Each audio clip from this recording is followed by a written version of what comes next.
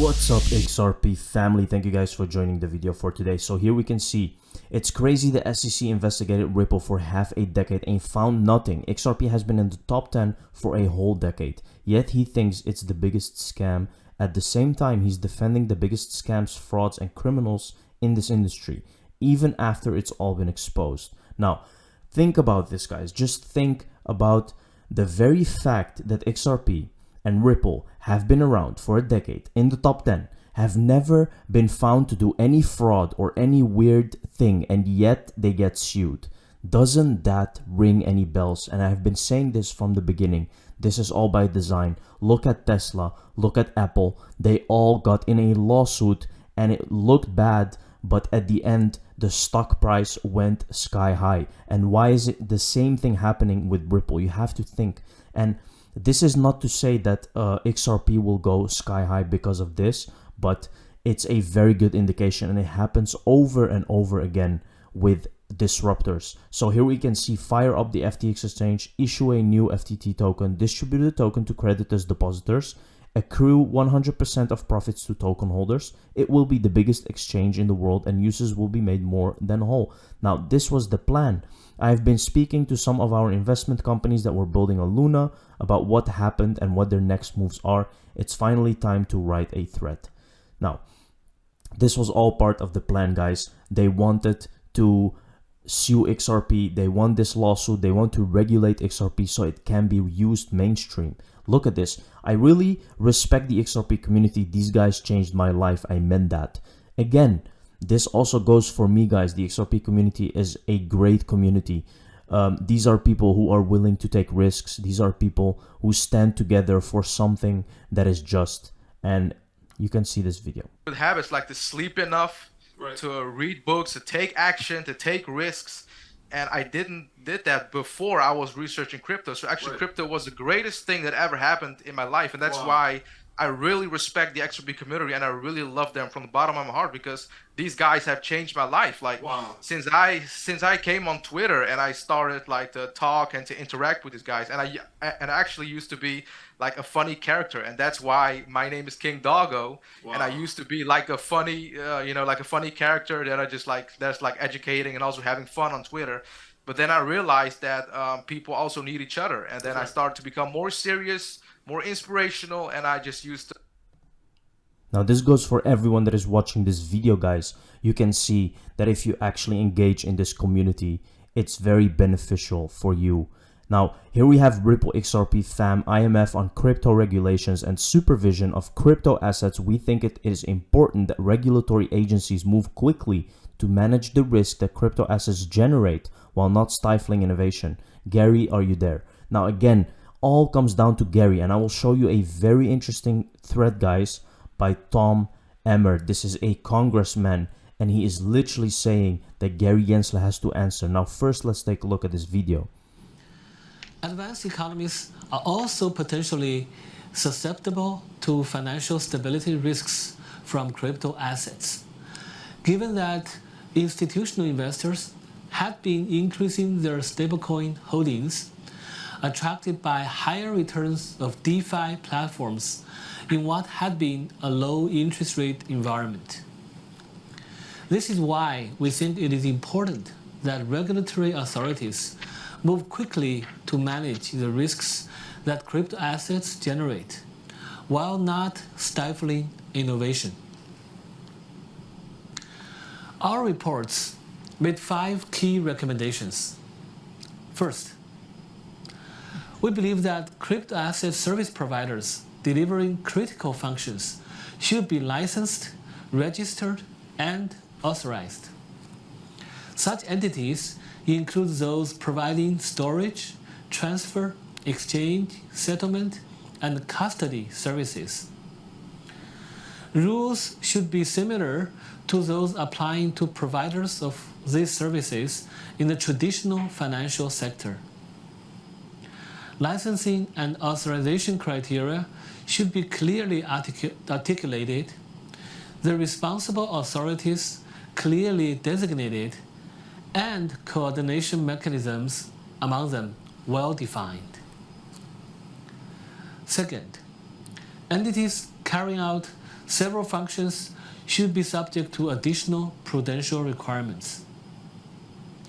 The recent FTX failure showed how the combination of exchange, wallets, and market-making services under one group are segregated from other functions. Third, stablecoins issuers should be subject to strict prudential requirements. Some stablecoins are starting to find acceptance outside the crypto space, and they have the potential of becoming widely used payment instruments.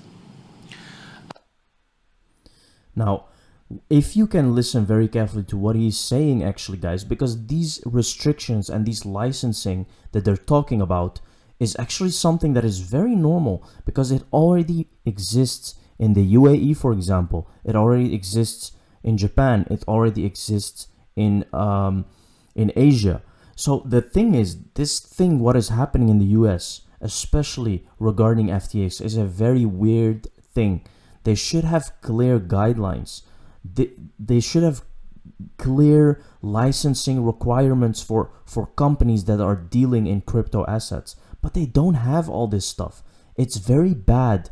And you can see that Ripple is actually the stepping stone there. And it's actually creating what this country needs to actually go further. Now here we can see on the March 16 bipartisan blockchain caucus letter, I have a few notes, right? Now I'm not very interested in this, but you have to understand, guys, look what he's saying here. He's literally saying Gensler has repeatedly dodged Congress at the expense of investors, hasn't publicly appeared before the House Financial Services since October 5, 2021, leaving us to learn about the SEC's crypto investigations, like the one into FTX, through the media. Gary Gensler must testify before Congress and answer questions about the cost of his regulatory failures. Look at this, guys. Now, this is what you want to see from someone who is in Congress, right? And I've been saying this, that this is coming. Gary Gensler is going to answer for what he's done, guys. And this is it. He's going to have to answer in front of Congress with all the people there, and he cannot just dodge all these questions. He has to come clear. He has to understand. And if he doesn't, there is a very big chance that this whole Ripple and lawsuit will get dismissed, guys, because it's not valid what Gary Gensler is doing, right?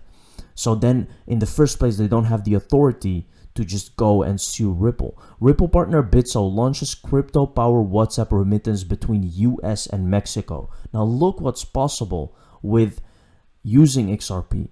Literally a WhatsApp corridor to actually send money between the US and Mexico. Isn't that great, guys? Here we have 80 trillion gone missing, they say. Now this is the big collapse that can happen very, very soon, guys. I've been talking about this for a very long time, right? This is more related to the financial situation that is going on right now in the US with the petrodollar ceasing to exist. It's going to be crazy. When all these things happen, these things are very good for crypto in the long run. And it's coming. It's already there, guys. We are on the brink of a very big event. And here we have final SEC versus Ripple predictions from attorney Jeremy. Now, here he gives an explanation on his predictions, and he gives percentage-wise actually who can win this case and what can happen. Very interesting. Let's take a look. The legal brief's official lawsuit prediction is a 50.12% chance of a Ripple win. 50% for a Ripple win. And many people may think that this guy is actually for Ripple, but this is a real judge, a real lawyer who has been studying the facts, who's giving his true opinion, guys, and not just biased, right? So we can clearly see that Ripple is in favor here. A 29.88% chance the SEC wins, with a possible Ripple loss but win in there. A 19.11% chance of a draw this round with a trial in 2023, and a 5 to 7% chance of something unexpected. In other words, there's a 110.6% chance of something happening shortly. And finally, when will we know the outcome of the case? My friend, attorney James Filan, says it will happen on or before March 31, 2023. And if that's what he says, that is what it is. Now, the thing is, guys, this is a very interesting date. This is when ISO 20022 will be fully integrated. All the banks will be fully upgraded. So don't be surprised if this takes another 3 months or 3.5 months to finish. But this is the maximum. Now think about that. That's 3.5 months. That's nothing compared to how long we are in this lawsuit. And that can be the actual moon date for XRP to finally release its change and go up. Thank you very much for watching this video, guys. See you in the next one. Cheers.